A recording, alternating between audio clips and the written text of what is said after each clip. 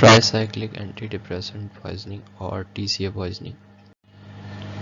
Concept ये कि ये समझ लें कि जो टीसीए होती है उसका एक सबसे बड़ा प्रॉब्लम ये है कि उसका जो थेराप्यूटिक इंडेक्स है ना वो काफ़ी छोटा है। थेराप्यूटिक इंडेक्स क्या होता है, मिसाल के तौर पे आपको समझाऊं कि the amount of drug which you can give before it produces significant side effects. ठीक है, अब मिसाल है 0.8 mg, ठीक है, पर kg बॉडी वेट।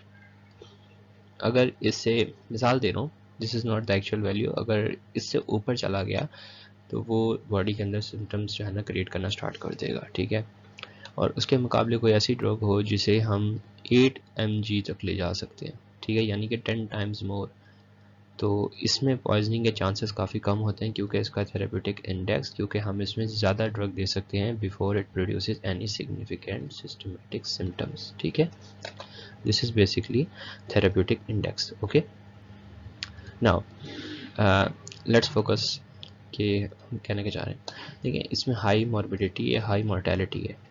ठीक है, नैरो थेरेप्यूटिक इंडेक्स है, जिसकी वजह से क्या होता है कि अब क्योंकि एसएसआरआई, सेरोटोनिन, ठीक है, रीअपटेक इनहिबिटर्स जो होते हैं उनका भी जो इफेक्ट होता है वो ऑलमोस्ट सिग्निफिकेंट होता है, तो इसलिए वो प्रेफर किए जाते हैं। ठीक है, तो ये ज़्यादातर टीसीएस जो हैं वो सुसाइड के लिए यूज़ होना स्टार्ट हो गई थी, इस वजह से अब इन्हें क्लिनिकली इतना यूज़ नहीं करते। अच्छा, ये इतनी डेडली क्यों है? एक तो आपको बताया नैरो थेरेप्यूटिक इंडेक्स, इसके अलावा इसमें जो प्रॉब्लम्स आती हैं वो आती हैं कि ये सोडियम चैनल ब्लॉक करेगी, ठीक है, जिसकी वजह से आपको पता कार्डियक एक्टिविटीज़ प्रॉब्लम स्टार्ट कर देंगी। ठीक है, इसके अलावा एंटी कोलिनर्जिक इफेक्ट्स भी होते हैं इसके, और अल्फा ब्लॉकिंग इफेक्ट्स भी होते हैं इसके। ठीक है, तो इन तीनों चीज़ें जब मिल जाती हैं तो ये बड़ी डेडली बन जाती है। अब इसमें जो है ना ये देखने की सबसे इम्पॉर्टेंट चीज़ है ना, एंटी कोलिनर्जिक में जो आपको एग्जाम में पूछ सकते हैं वो होगा कि पेशेंट टैकीकार्डिक होता है, इसमें याद रखिएगा, हॉट फील कर रहा होगा, ठीक है, स्वेटिंग डिक्रीज होगी, इसी वजह से ड्राई स्किन मिलेगी आपको, dry throat, dry mouth, constipation, urinary retention मिलती है इसके अंदर, डिजीनेस, हेल्यूसिनेशन, कन्फ्यूजन, ये सब चीज़ें मिलती हैं आपको क्लिनिकली। ठीक है, इसके अलावा ब्लड विजन भी हो सकता है और डायलेटेड पीपल मिलते हैं। ठीक है, इसके अलावा हमें इसके अंदर जो है वो इंक्रीज रिफ्लेक्सेस मिलते हैं। ठीक है, यानी कि रिफ्लेक्सेस का रिस्पांस बढ़ जाता है। इसके अलावा इसमें एक्सटेंसिव प्लांटर रिस्पांस यानी कि बेबिंस्की साइन पॉजिटिव मिलता है, जो कि सजेस्ट कर रहा होता है अपर मोटर न्यूरॉन लीजन है। ठीक है, डायलेटेड प्यूपिल जैसे मैं बता चुका हूँ। इसके अलावा अगर इसकी सिवियर इंटॉक्सिकेशन हो जाए तो इसमें जो है ना निमोनिक होता है 3 C's का। ठीक है, इसमें कोमा मिलेगा, पेशेंट कोमाटोज पेशेंट आएगा आपके पास, कन्वर्जेंस हो रहे होंगे उसको, और इसके अलावा डाइवर्जेंस स्ट्रैबिस्मस होता है। ठीक है, अब डाइवर्जेंस स्ट्रैबिस्मस क्या है? अगर ये दो आइज़ हैं, ठीक है, और पेशेंट अगर फ्रंट में देख रहा है तो होना क्या चाहिए, जो पीपल होगा वो भी यहीं पे सेंटर में होगा, ये वाला पीपल भी सेंटर में होगा, क्योंकि वो जो है फ्रंट में देख रहा है। लेकिन इसमें क्या हो रहा होगा कि जी डाइवर्जेंट होगा, एक इधर जा रहा होगा पीपल, दूसरा इधर जा रहा होगा। ठीक है, ये डाइवर्जेंट स्ट्रैबिस्मस होता है। ठीक है, ये मिल सकता है हमें। इसके अलावा कार्डिक में ईसीजी, प्रोलॉन्ग क्यूआरएस एंड इरिथमिया, सबसे जो मोस्ट डेडली और सिग्निफिकेंट जो प्रॉब्लम्स हैं वो ये हैं। ठीक है, कि आपके पास एरिथमियास करवाता है और क्यूआरएस प्रोलॉन्ग कर देता है।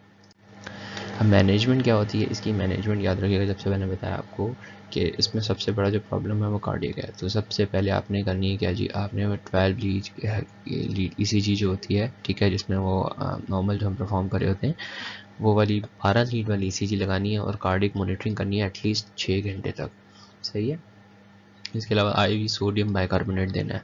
सेट है, और उसमें पेशेंट इंश्योर करना है कि उसकी ऑक्सीजनेशन वगैरह प्रॉपर हो रही हो, ऐसा ना हो कि ऑक्सीजन जो है वो पेशेंट की सेचुरेशन वगैरह ड्रॉप कर रही हो, तो आप नज़र रखना कि भाई वो पेशेंट जो है ना अच्छे से ऑक्सीजनेटेड है या नहीं है। अगर ना हो तो आपने उसको ऑक्सीजन का मास्क दे देना है।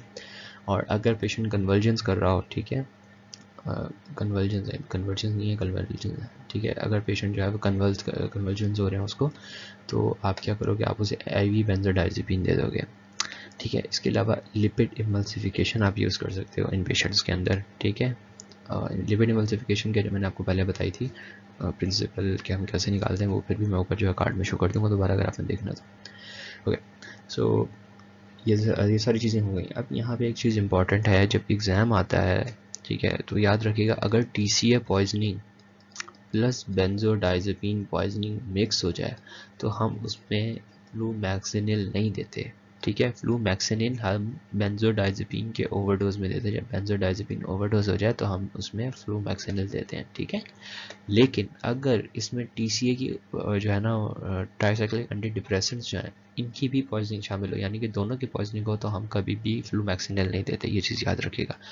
हम टीसीए के अंदर कन्वर्जेंस को रोकने के लिए हम बेंजोडाइजेपिन देते हैं, लेकिन हम अगर बेंजोडाइजेपिन की पॉइजनिंग हो तो फिर हम फ्लूमैक्सिनिल नहीं देते, ठीक है, याद रखिएगा।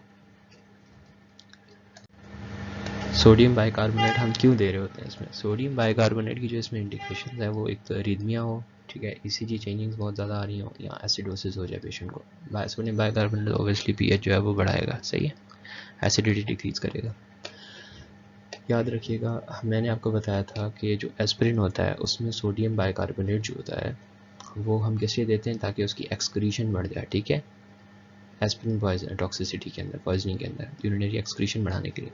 लेकिन यहाँ पे जो हम सोडियम बाइकार्बोनेट दे रहे हैं वो हम प्रोटेक्शन दे रहे हैं, किसे? एरिथमियाज से। हम पेशेंट को एरिथमियाज से प्रोटेक्शन के लिए सोडियम बाइकार्बोनेट दे रहे हैं, ना कि इसकी एक्सक्रीशन बढ़ाने के लिए, ठीक है।